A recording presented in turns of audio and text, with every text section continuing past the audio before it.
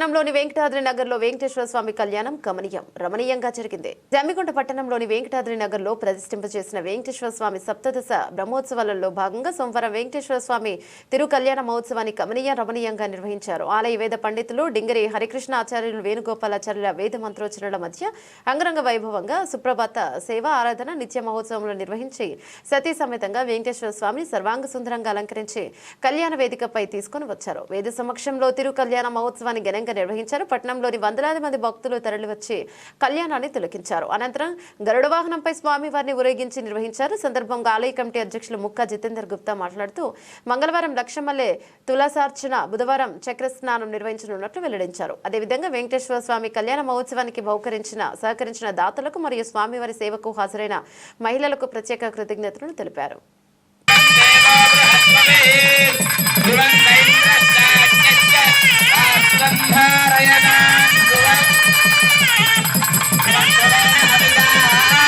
సప్తదశ బ్రహ్మోత్సవాల్లో భాగంగా శ్రీ వెంకటేశ్వర స్వామి కళ్యాణం జరిగినది.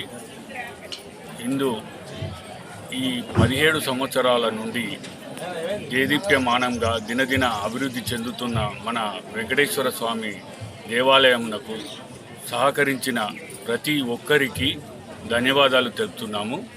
ఒక డబ్బు రూపంగానే కాకుండా సేవ రూపకంగా కూడా చాలా మంది చేస్తున్నారు.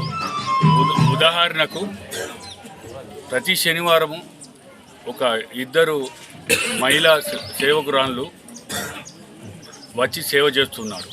వారి ఇంటికాంచెల్లి నడిచి వచ్చి మరీ చేసి ఇంటికి పోతున్నారు, ఒక 2 కిలోమీటర్ల దూరంలో ఉండి కూడా. అలానే ప్రతి ఒక్కరూ తమ వంతు సహాయం కానీ సేవ కానీ చేసుకోవాలని చెప్పి కోరుకుంటున్నాను. ఈ జమ్మికుంట ప్రజలందరి సహాయ సహకారాలతో దేదీప్యమానంగా దిగ్విజయంగా నడుస్తుంది. అలానే ముందుకు పోవాలని చెప్పి కోరుకుంటున్నాను. శ్రీ పద్మావతి గోదా సమేత శ్రీ వెంకటేశ్వర స్వామి సప్తదశ వార్షిక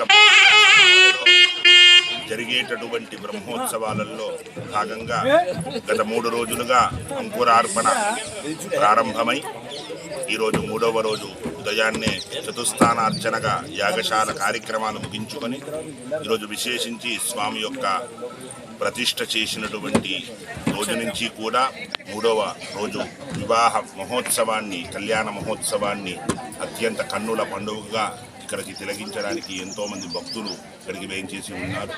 వారిని సంతుష్టం చేయడానికని స్వామి ప్రతి సంవత్సరము కూడా 3వ రోజు బ్రహ్మోత్సవాలలో ఈ కళ్యాణ మహోత్సవాన్ని జరిపించుకొని ఈ అక్షంతలను ఎవరైతే శిరస్సును ధరిపించుకుంటారో వారికి వారు అనుకున్నటువంటి కార్యము సఫలీకృతమవుతుంది అని మనకు ఇక్కడ శాస్త్రం చెబుతుంది. అలా ఈ జరిగేటటువంటి విశేషమైనటువంటి బ్రహ్మోత్సవాలలో రేపు 4వ రోజు స్వామికి జరిగేటటువంటి లక్షమల్లె అర్చన కార్యక్రమం కూడా రేపు జరుగుతుంది. రేపు విశేషించి మన నగర ప్రజలందరినీ కూడా చేయడానికని